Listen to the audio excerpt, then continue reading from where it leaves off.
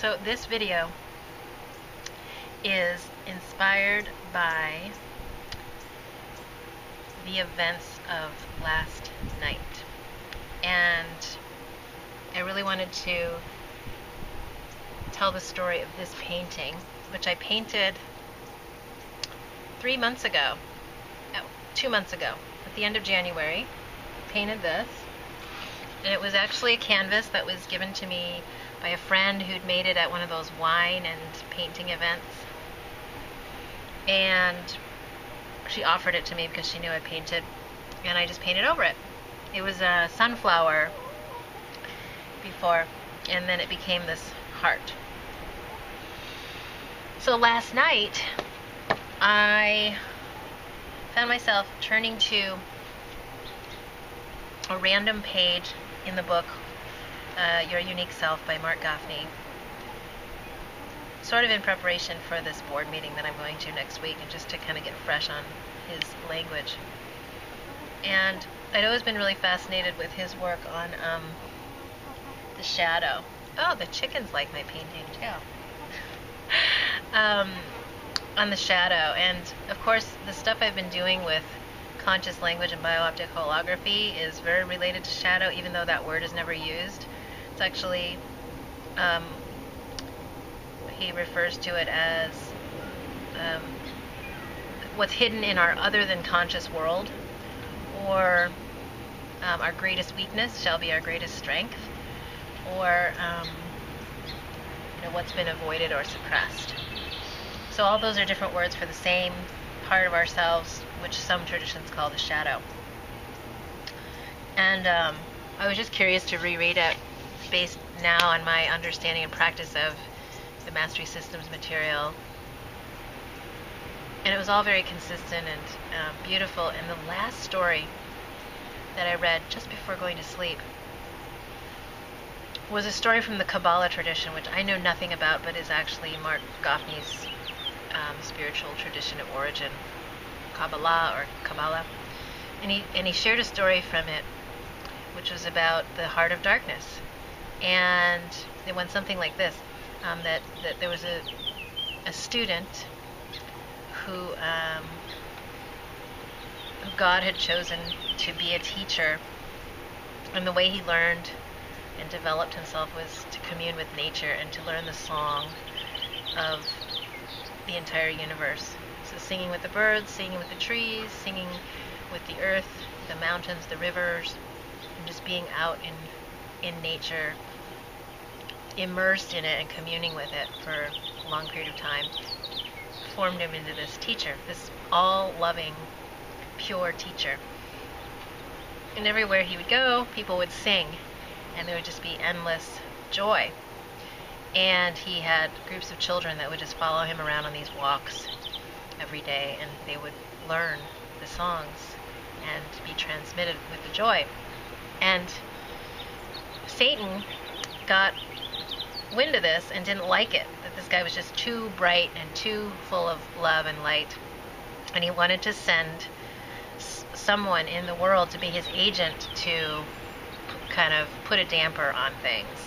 And he asked around, and since this teacher had befriended every being on the earth, he couldn't find anyone who would agree to be his agent and go against this person. So he searched and searched and searched, and finally found one person in the village who was like a charcoal maker, seller, and had supposedly been born without a soul. So he agreed to be Satan's agent, and Satan put a black heart inside this man, and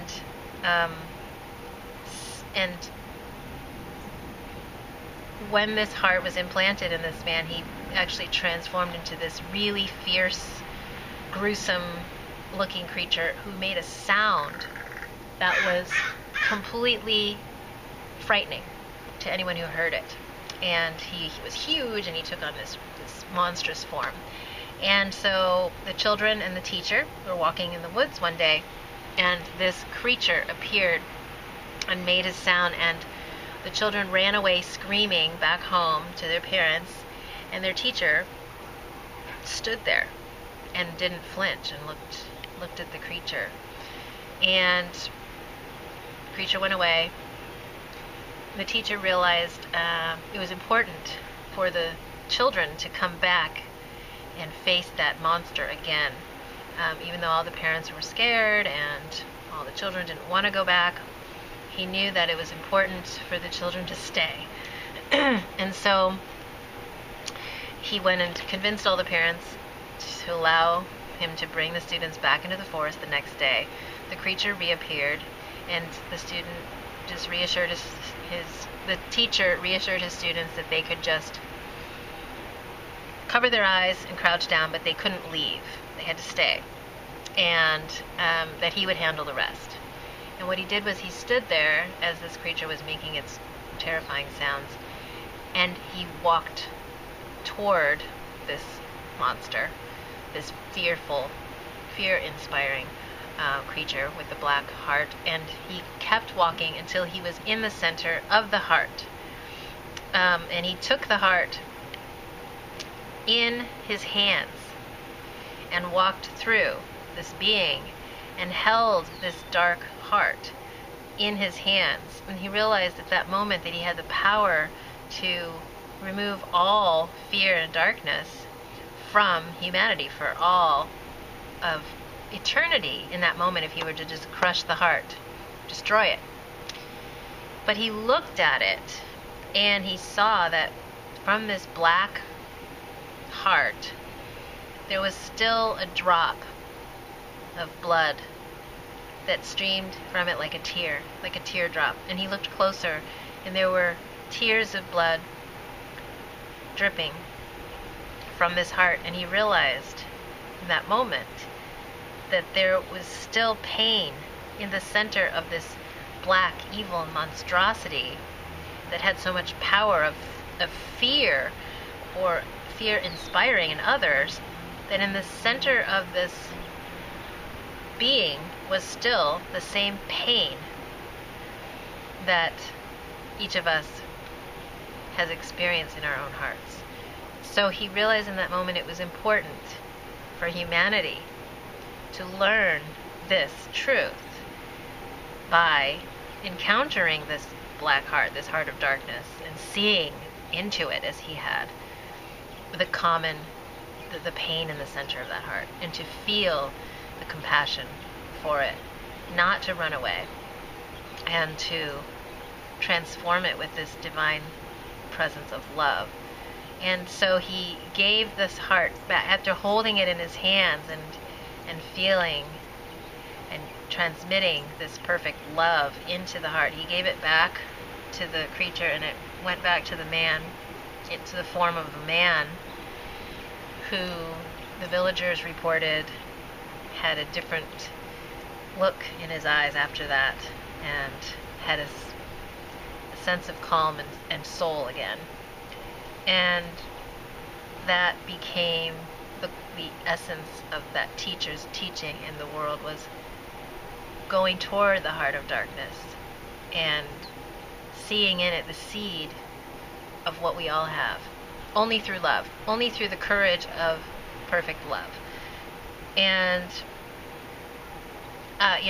with all of the stuff I've been doing with your greatest weakness shall be your greatest strength, and really touching and staying and feeling and breathing and loving even that, and especially that which I have not allowed myself to feel before, and experiencing the possibility of transformation through just that touch and stay. So the image of this teacher in the woods with this huge, grotesque, fearsome beast just staying. And then the image of the black heart just immediately brought to mind this painting that came through me, like I said, a couple months ago. And someone actually emailed me, because I actually made it as a graphic for a conference that was requested of me, and someone emailed me to ask what color this was in the center of this heart and what it signified. And I was a little bit annoyed at that question, because I was like, I don't think when I paint, it's all totally intuitive, and process oriented. And it's true, I didn't think of that. I really have no conscious recollection of saying, oh, I'm going to make this a dark heart in the center. I just really love this particular brown, the Van Dyke brown. And there's some purple in there too. But that story last night that just came for me at the perfect time really showed me that my lessons, I won't say teaching yet, but my lessons for me in this life are about touching and staying with what I've previously rejected or hated or judged or avoided or suppressed, and to see into it with compassion where before I was too afraid. So that's my sharing for today.